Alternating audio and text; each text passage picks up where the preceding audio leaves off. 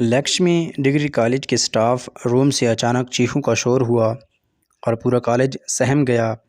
Weekend کے بعد معمول کے مطابق کالج پیر کو کھلا۔ اسٹوڈنٹس اور سٹاف صبح سویرے آنے لگے۔ ہر چیز معمول کے مطابق تھی کہ جب مس شیلا نے اپنا سامان رکھنے کے لیے الماری کھولی تو وہ چیخیں مارتی ہوئی پیچھے ہٹیں اور گر کر بے ہوش ہو گئیں۔ آنا فانا سٹاف روم میں موجود دیگر اساتذہ مس شیلا کی طرف لپکے اور ان کو سنبھالنے کی کوشش کی، لیکن جیسے جیسے ان کی نظر الماری کے اندر جانی سب چیخیں نکل رہی تھی اور دو چار اور حالت غیر ہونے پر وہیں ڈھیر ہو چکے تھے۔ پورے کالج میں بھونچال سا آ گیا۔ کچھ ٹیچر الٹیاں کرنے سٹاف روم سے باہر گئی اور کمزور دل چکرا کر وہیں دروازے میں گر گئے۔ پرنسپل خبر ملتے ہی تقریباً بھاگتا ہوا سٹاف روم میں آیا اور وہاں کا منظر دیکھ کر بڑی مشکل سے خود کو سنبھالا اور پولیس کو کال کی۔ ایک انسپکٹر اور چند اہلکار موقع پر پہنچ چکے تھے۔ انہوں نے آتے ہی سٹاف روم خالی کروا لیا اور سٹاف روم کو چاروں طرف سے سیل کر دیا۔ انسپکٹر تک یہ منظر دیکھ کر سہما ہوا تھا اور اس کے ماتھے پر پسینے اور چہرے پر پریشانی آثار نمایاں تھے۔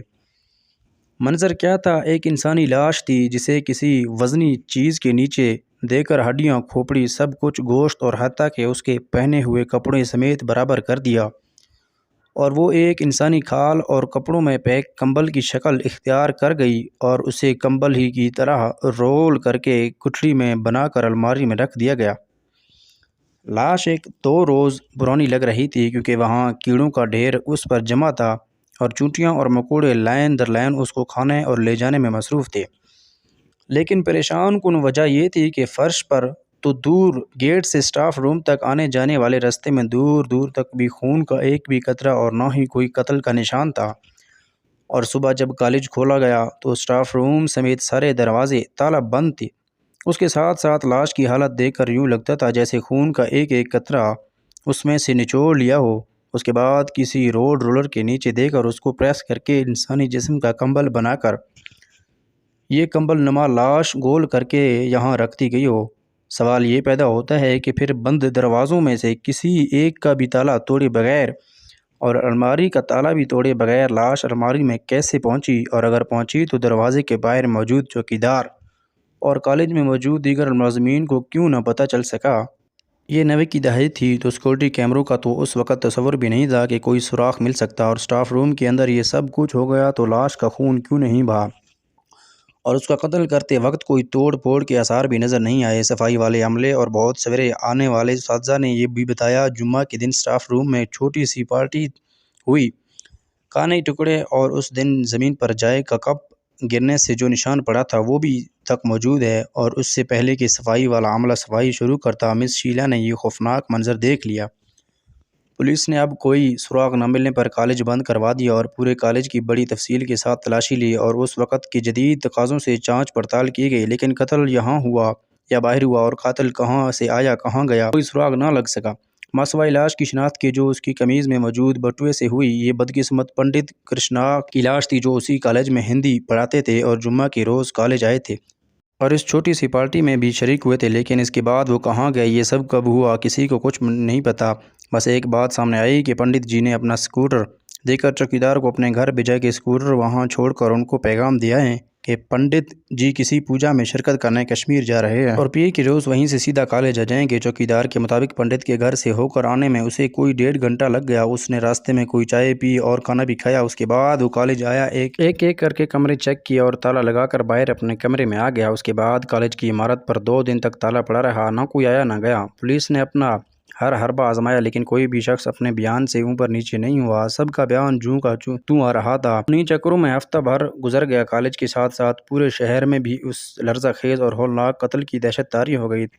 تنگ آ کر کالج کی سیل کی گئی عمارت کھول دی گئی اور کالج پھر سے چالو ہو گیا۔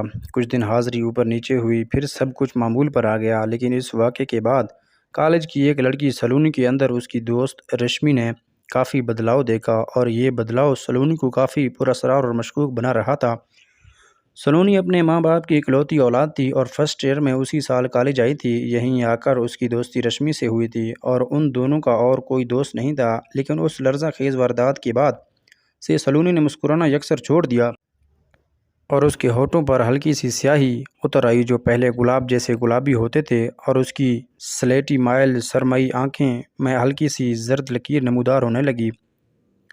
گو کہ سلونی کی شخصیت پہلے بھی بہت دلکش اور دل کو موہ لینے والی تھی۔ اس کے نیم گھنگریالے بال کسی بلکھاتے پہاڑی رستے کے اتار چڑھاؤ والی پتلی کمر پر کسی ملکہ کی قبا کی طرح پھیلتے ہوئے، اور نیچے گنبد نما سلونی رنگت سے بہت سرخ و سفید تو نہیں تھی، لیکن پلاٹینم جیسی چمکتی دیکھتی روشن چہرے کے ساتھ اونٹ کی کوہان جیسا سینہ لیے پورے کالج میں منفرد نظر آتی تھی۔ لڑکیاں اس پر رشک کرتے نہیں تھکتیں اور لڑکے رالیں ٹپکاتے آنکھیں سنیکتے نظر آتے تھے۔ اب اسی روشن چہرے والی سلونی کی آنکھوں کے گرد بھی ہلکی سی سیاہی اتر آئی، لیکن جو سب سے قابل ذکر بات تھی وہ جہاں ہینڈسم لڑکا دیکھتی کسی بھوکی شیرنی کی طرح اس کو ہوس زدہ نظروں سے گھورنے لگتی کہ اچھے خاصے لڑکے بھی گھبرانے لگ جاتے۔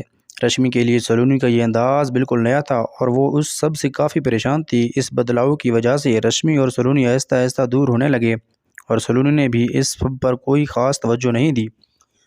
پنڈت کرشنا کی اولاک موت کے بعد پورا شہر اس وقت لرز کر رہ گیا جب شہر کے مشہور بدماش کالیہ کی لاش اسی حالت میں اس کی گاڑی کی پچھلی سیٹ سے برآمد ہوئی۔